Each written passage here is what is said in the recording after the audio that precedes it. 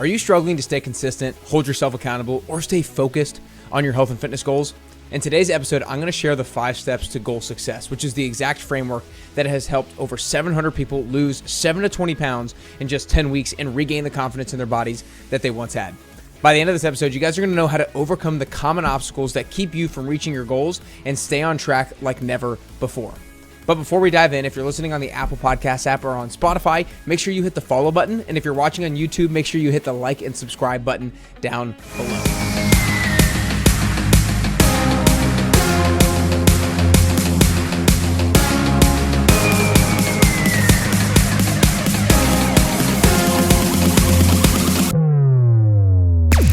All right, you guys, today I'm really excited to be sharing my patented framework. Now, I don't have a patent on it yet, but maybe one day. But basically, my framework on the 5 steps to goal success that I teach everybody in the 10-week transformation, because it is so powerful on getting you to do what you know you should be doing. So my overall philosophy is that a lot of people, for the most part, know what to do, but they don't do what they know. Now, of course, every single one of us needs to acquire more education in the different areas of our life so that we can reach new levels of success in different areas of our life. And I want to be that source of education for you. But I think largely speaking, you probably need to eat more fruits and vegetables. You need to eat high quality protein. You need to exercise more. You need to do strength training and a little bit of cardio and things like that. You need to sleep better. You need to be hydrated, right? Like, these things. So what is causing the gap between knowing you need to do them and actually doing them? And you see a lot of people just think that it's a matter of willpower.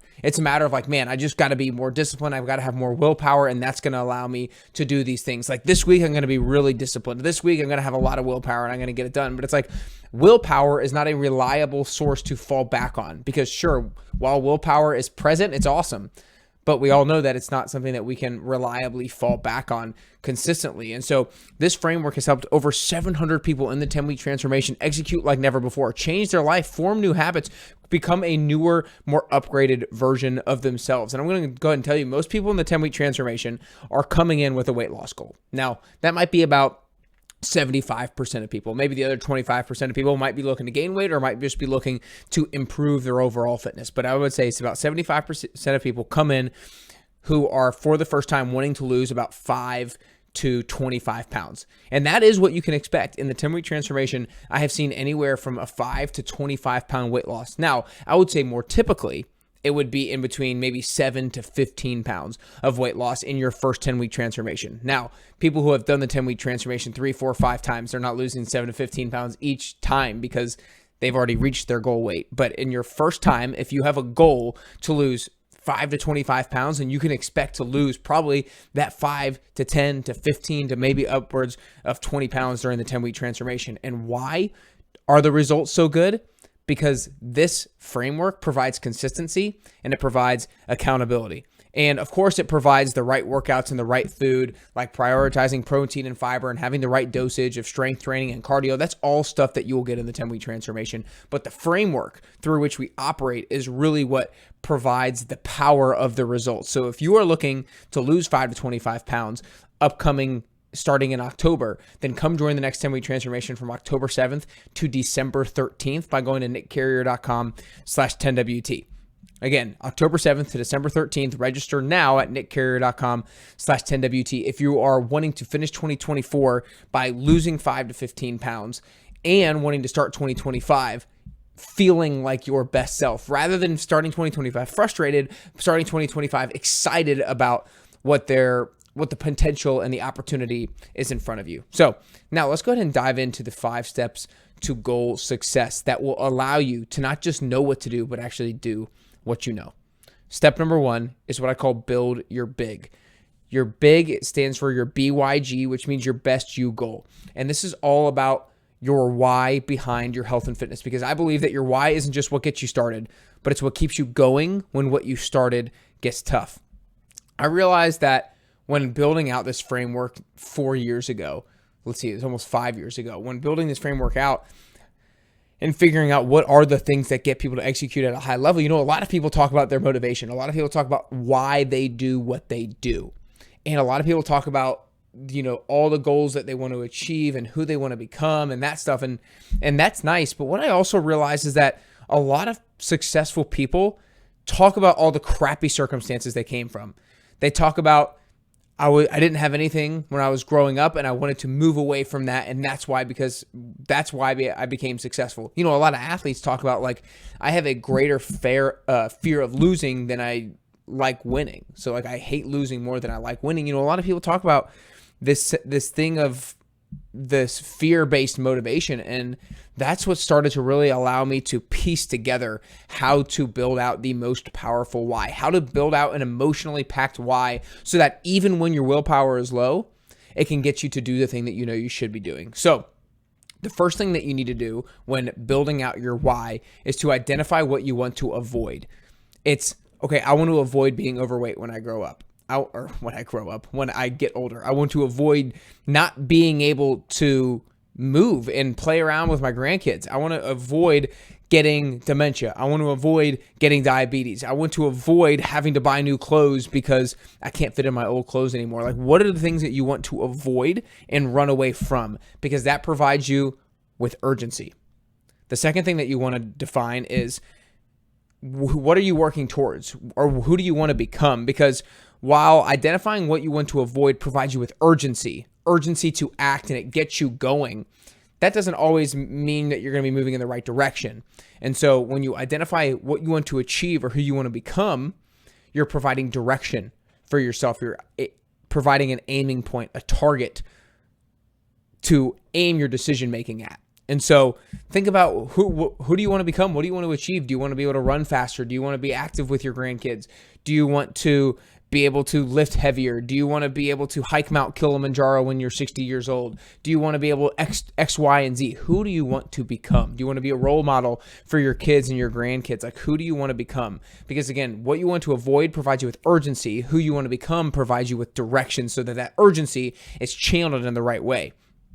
And then lastly, I realized that, so many people talk about their motivation being the other people in their life. A lot of people talk about, my why is my kids, or my why is my parents, or my why is this and that. And so the third part of building out the most powerful why is identifying who you're doing it for. Now, never mistake me when I say this, that you are doing this for yourself. You are doing this so that you can get closer to the best version of yourself, so that you can feel better, so that you can look better. But part of becoming the best version of yourself is not just to improve for your sake, but to improve so that you can positively impact other people. And so identify, are you looking to be a positive role model for your kids? Are you looking to be a good influence on your parents? Are you looking to be a good influence on your siblings, on your cousins, on your aunts, on your uncles? Like, who has the ability to be positively impacted by you making positive changes with your health and fitness? Because what you want to avoid provides you with urgency. Who you want to become provides you with direction. And who you're doing it for provides you with perseverance to battle through challenging situations because somebody else is relying on you. So if you can identify those three different kinds of motivation and piece them together into one why, you will have the strongest why possible. Because as Nietzsche says, he who has a strong enough why can bear almost any how. So step number 1 is build your big. Step number 2 is set your success indicator. This is all about having a clearly defined target, because that will determine the habits you need to leverage. It's all about having that specific aiming point. It's having a specific target. Because look, if you get in the car and you don't have plugged into your maps your end destination, you don't know which turns you need to make. But if you have an end destination, you know exactly the best ways to get there. I went to the driving range this morning to hit some golf balls. And when I'm at the driving range, what do I do each time I hit the ball? I pick a flag that I'm aiming at. Because if I'm not aiming at any particular flag and I'm just hitting to hit, then I really don't know how well I did or did not hit it. Did I miss left? Did I miss right? Did I miss long? Did I miss short? But if I aim at a particular flag and I saw that I missed left, maybe my aiming was a little bit off, or maybe something with my swing was a little bit off, and I can make an adjustment. If I miss short, then I know I need a different club, or maybe I just chunked it and hit it fat. But having a specific aiming point, having a specific target allows you to be intentional with your decision making. Now, how do we ensure that we set a success indicator? We pick a starting line, a finish line, and a deadline. We identify where we currently are, we state where we want to go, and we have the courage to determine by when we want to get there. And that goal needs to be both meaningful and believable. It needs to be big enough to get us excited and jacked up and ready to rock and roll, but believable so that when we're going, we don't completely lose hope and feel like we're falling behind and give up. And I really love having a 10-week transformation, because 10 weeks is plenty of time, long enough in order to get you meaningful results, but not too long to lose your focus. So ensure when you're setting goals for yourself, don't set goals that are just 2 weeks. Don't set goals that are 2 years. Find the right timetable for you. I would really recommend anywhere from 8 to 12 weeks is a really good sweet spot to both see meaningful results, but be able to stay focused and not get bored with it. So make sure that starting line, finish line, deadline is meaningful and believable, and it's maybe that 8 to 12 weeks. Again, to hit a goal, you must know exactly what you're aiming at. So that's step number 2, set your success indicator. Step number 3 is identify your progress indicators, because once you stop focusing on the outputs and you start focusing on the inputs, that's when the outputs will take care of themselves. Now, let's say, for example, somebody has a weight loss goal. By the time you step on the scale, you can't do anything about the number that pops up. All of the things that will determine what number pops up, they happened in the past.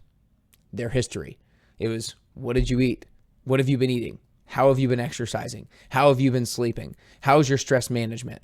All of these things, those are the things that are going to determine what pops up on the scale. So this number on the scale, or your weight, is what's called a lag measure, because the number is lagging behind all the actions that will actually determine its results. Same thing for like a company. When by the time you look at what your revenue is, that's a lag measure. You can't do anything about it. But what you can control is how many sales calls you made. What you can control is how well you followed up with people. And so it's important to actually track the inputs that determine the outputs.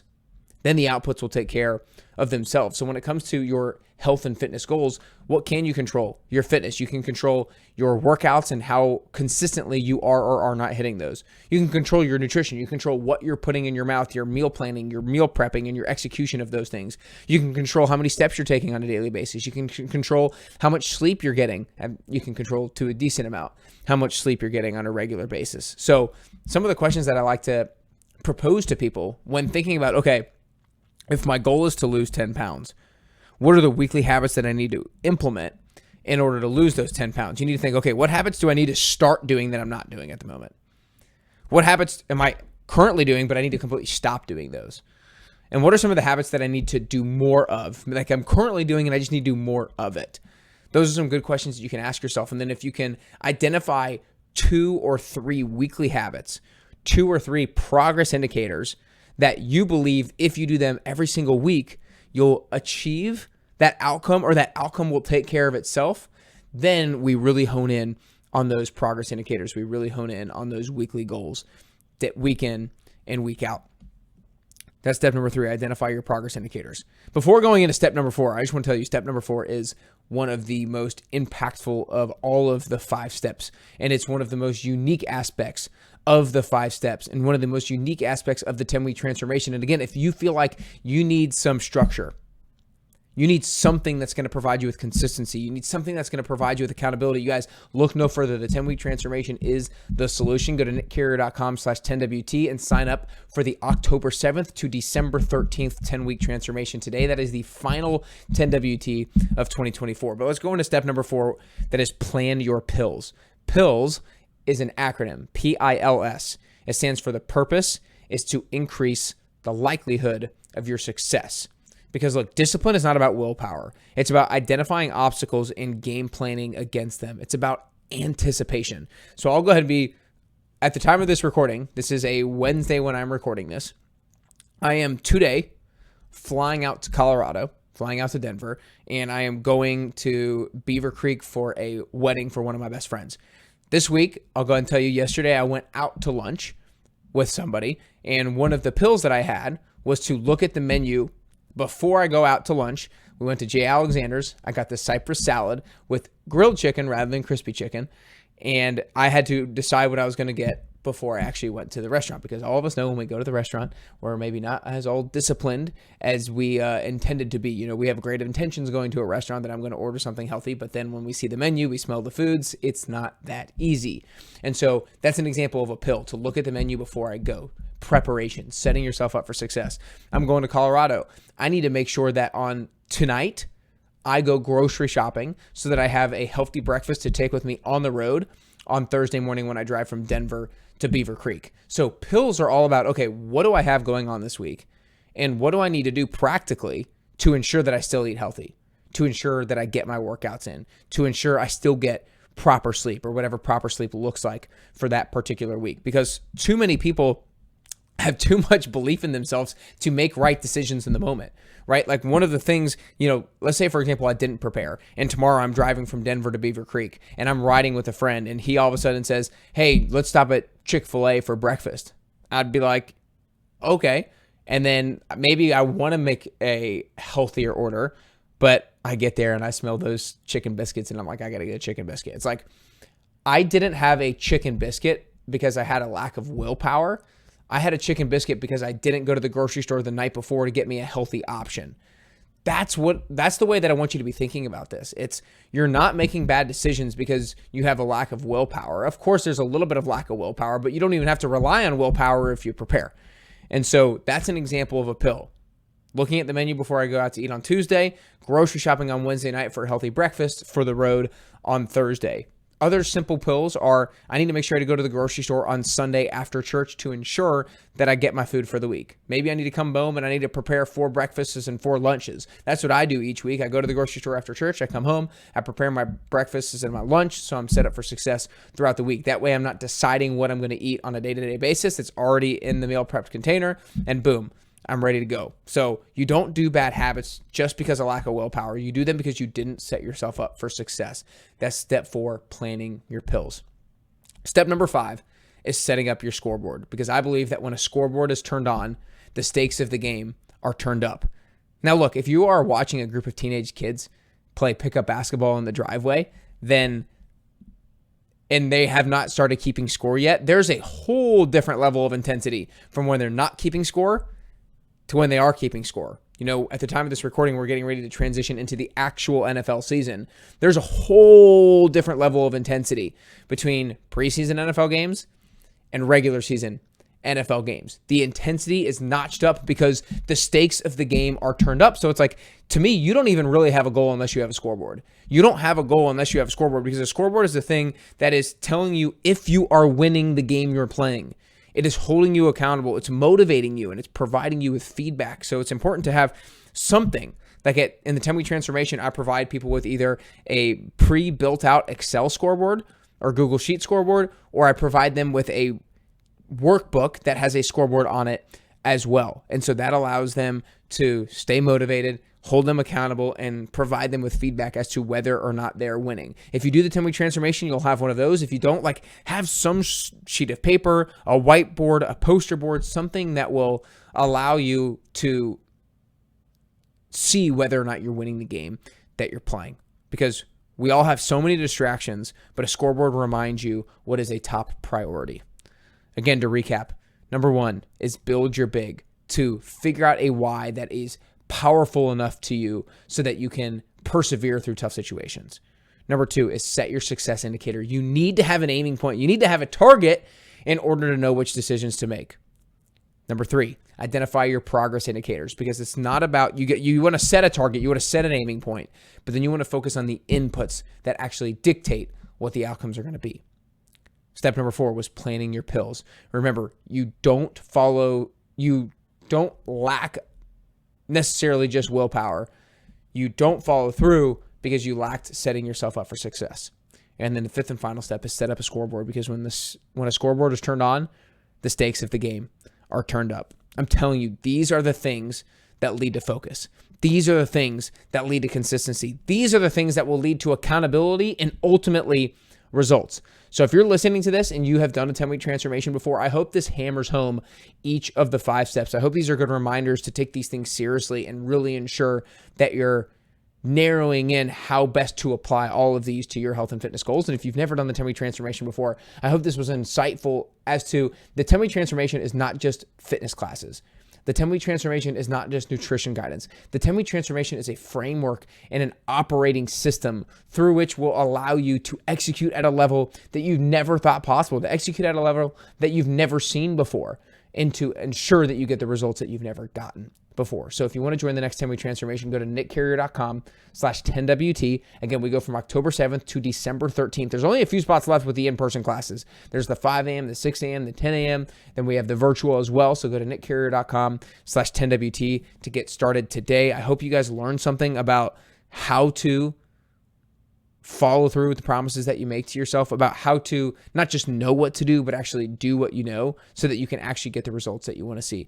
Again, go to nickcarrier.com/10WT to join us starting October 7th so that you can finish 2024 feeling amazing, looking and feeling great, and going into 2025 full steam ahead rather than going into 2025 feeling sluggish and not motivated and regretful of how you finished off the year. Go to nickcarrier.com/10WT. I hope the information today allows you to get closer to your health and fitness goals, and ultimately, I hope it allows you to get closer and closer to your best you.